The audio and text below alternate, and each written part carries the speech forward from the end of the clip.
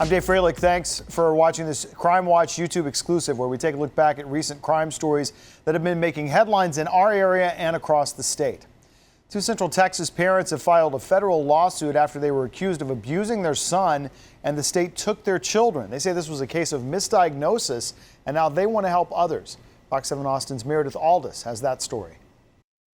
My sons were never abused. But doctors said they were. They failed my child and our whole family. In May 2015, Lorena Bourne and Jason Troy took their infant son, JJ, to the hospital when he became sick. As a mother, you try your best to take care of your children.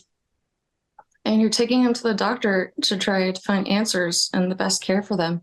But Bourne says doctors began accusing them of child abuse, saying JJ's brain was swelling as a result of being repeatedly shaken. They jumped to the worst conclusions possible. It's the worst feeling ever because you really want answers as to what's going on, but you're also being interrogated and wrongfully investigated for child abuse. It was a diagnosis that set off a chain reaction. I felt like the care of my son wasn't the main priority. The main priority was to find child abuse. Jason was charged with 2 felony counts of child abuse. He had a top secret government and military security clearance, and it really destroyed his career and pretty much our lives because of the wrongful accusations. JJ and his older brother were removed from their home. Instead of being cared for by family, they were placed into foster care. My oldest son lost 20 pounds within only 6 weeks of being taken. Bourne says they were determined to get them back and clear their name.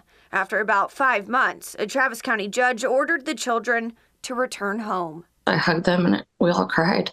Bourne says they finally received a correct diagnosis for JJ, benign external hydrocephalus, a rare condition believed to arise from a complication of birth. The parents were eventually exonerated of any wrongdoing. Our concern is that many children across our nation could be in foster care when they don't need to be there, and many parents and caregivers could be in prison right now when they're in fact innocent. The parents have filed a federal lawsuit against Dell Children's Medical Center and members of the Texas Department of Family and Protective Services. I think that the most important thing to Lorena and her family is not just to put some closure and to hold these folks accountable for what they did to her and her family, but more importantly, to make sure that other families don't have to go through this. Dell Children says in a statement, quote, "As a healthcare provider in Texas, our doctors, nurses, and care teams who have reasonable cause to believe that a child has been affected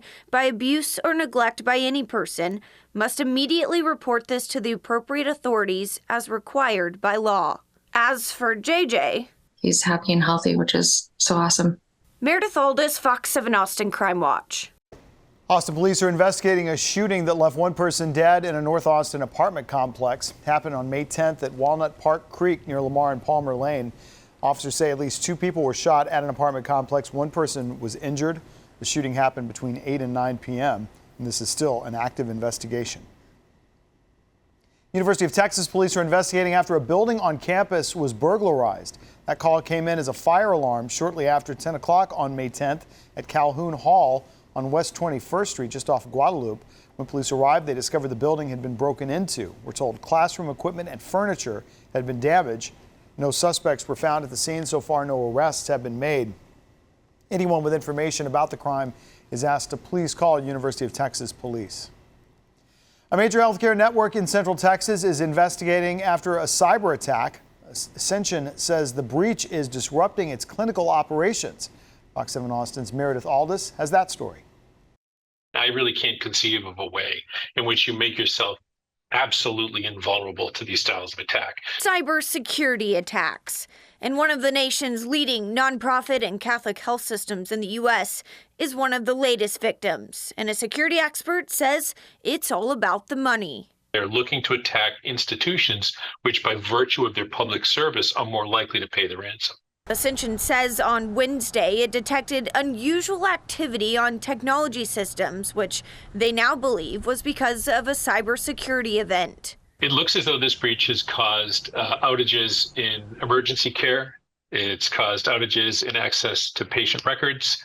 It's caused traditional appointments to be canceled and moved out. Danahy says this attack on a healthcare network that serves communities in 19 states is huge. This is a loss of really primary information services. It's almost as though the doctors don't have scalpels and don't have oxygen. He says Ascension needs to prepare for the next one because it's likely there will be another one. There's been a real increase in the speed at which these things are happening in different organizations. Ascension says a third-party expert is assisting in the investigation into what information may have been affected by the situation. They say, quote, should we determine that any sensitive information was affected, we will notify and support those individuals. All of us have to be aware that it's pretty likely that our information that we thought private may be more widely held. So we have to be a little bit more careful when we decide to trust people just because they know who we are.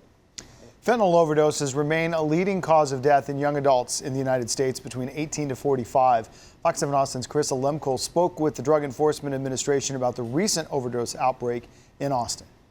I don't know exactly how often, but I've seen at least in 4 different cities where something like this has taken place. We sat down with Houston's DEA special agent in charge after last week's overdose outbreak that affected close to 80 people and left up to 9 dead. A lot of times people say, well, wait a minute, why would the drug cartels put out something that causes overdose or causes people to die?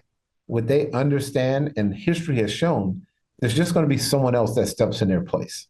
After the recent overdoses, APD conducted multiple drug busts, arresting 5 people. In their possession, multiple drugs laced with fentanyl, including marijuana. It's very possible, and it's an unfortunate thing because so many people believe that, oh, it's just marijuana.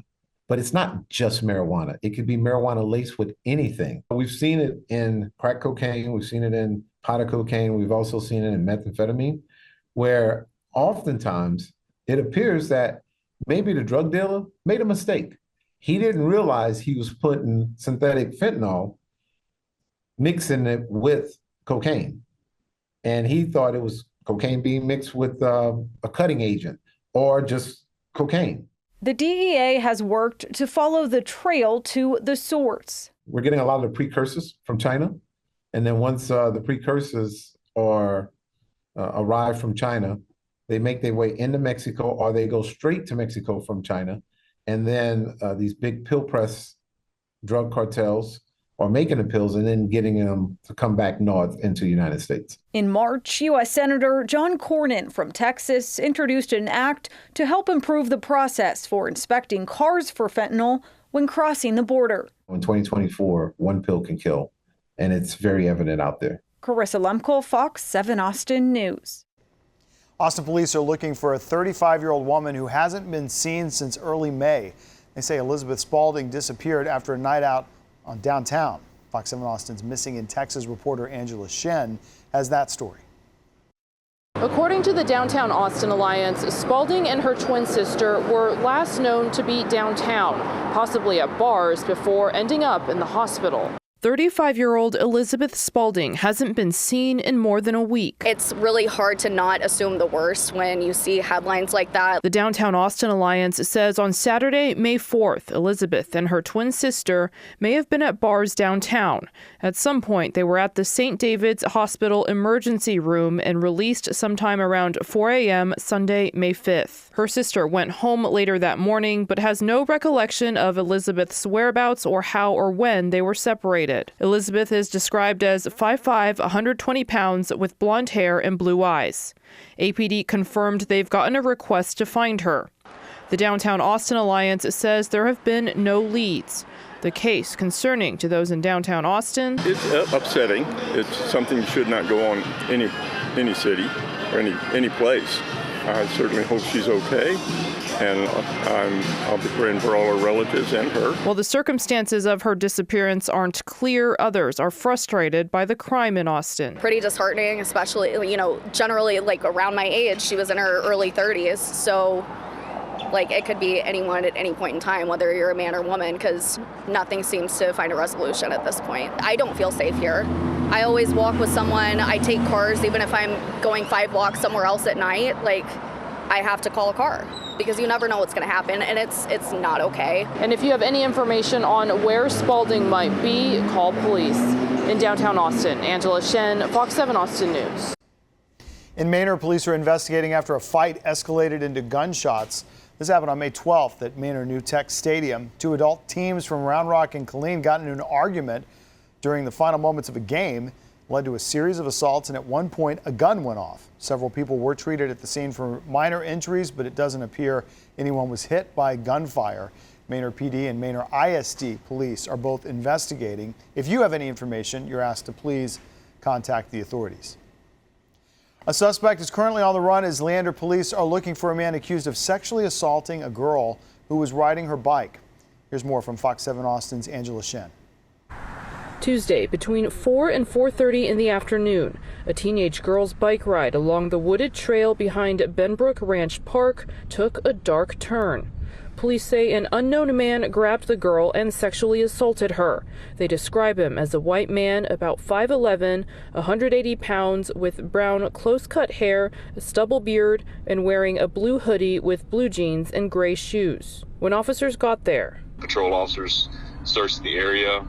We also deployed the drone as well as had our canine respond to the area. They couldn't find him and are asking for the public's help. Encouraging people that if they happen to be at the park, they were taking a video with their cell phone, and there are some softball, baseball fields that are adjacent to this park.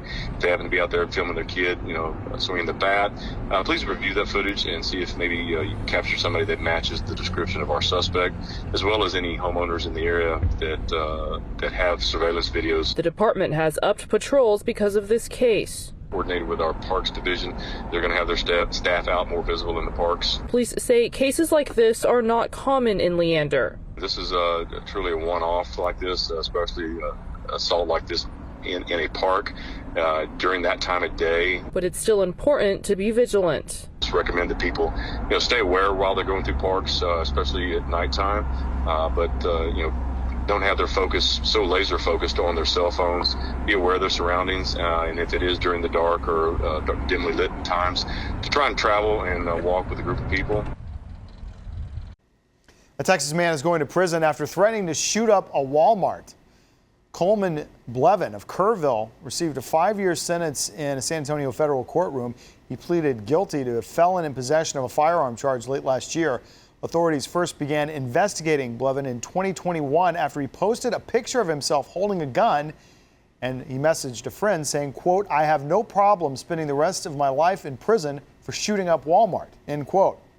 A day after that post, officers executed a search warrant and found a large amount of ammunition and a rifle that matched the gun Blevin was holding in his post. And finally, a North Texas woman has been sentenced to 9 years in prison after trying to use Bitcoin to pay for a murder. Federal prosecutors say she went on the dark web to find a hitman for her boyfriend's lover. Prosecutors say that person she transferred the money to probably never intended to carry out the murder. Fox's Sean Rabb has more. Tarrant County Federal Courthouse is where U.S. District Judge Mark Pittman sentenced Michelle Murphy to federal prison for soliciting a murder for hire and paying who she thought was a hitman with cryptocurrency, Bitcoin. To my knowledge, the first time this has happened in Texas, but it's happened plenty of places all over the United States. Former U.S. Attorney Richard Roper. The case investigated by the Feds, Dallas Field Office of Homeland Security Investigations. According to the criminal complaint, in August 2023, HSI received information from a source that an unknown suspect on the dark web sought to have intended victim murdered in exchange for money.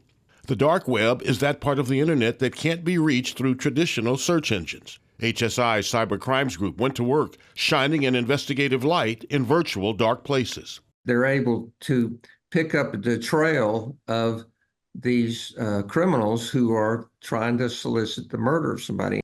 Identifying Murphy, following her digital footsteps. Cryptocurrency ATMs, similar to this one, were used 3 times by Murphy to convert cash into Bitcoin, records reveal. She then used that Bitcoin to hire someone to murder a woman who was in a romantic relationship with her boyfriend, a man with initials OG. Anything that occurs on the internet or the dark web is an interstate facility that would give the feds jurisdiction to prosecute the murder for hire case. The plot, though, never carried out. DFW Airport is where Murphy, with her boyfriend, were confronted by agents, and she admitted she transferred Bitcoin with the intent to pay a person to murder, the cash equivalent of $10,500.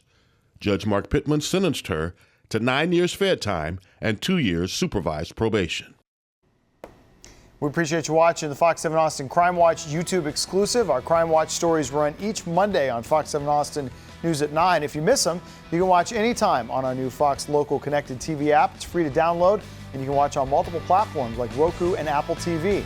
Just scroll down from the live player and look for the Crime Watch section.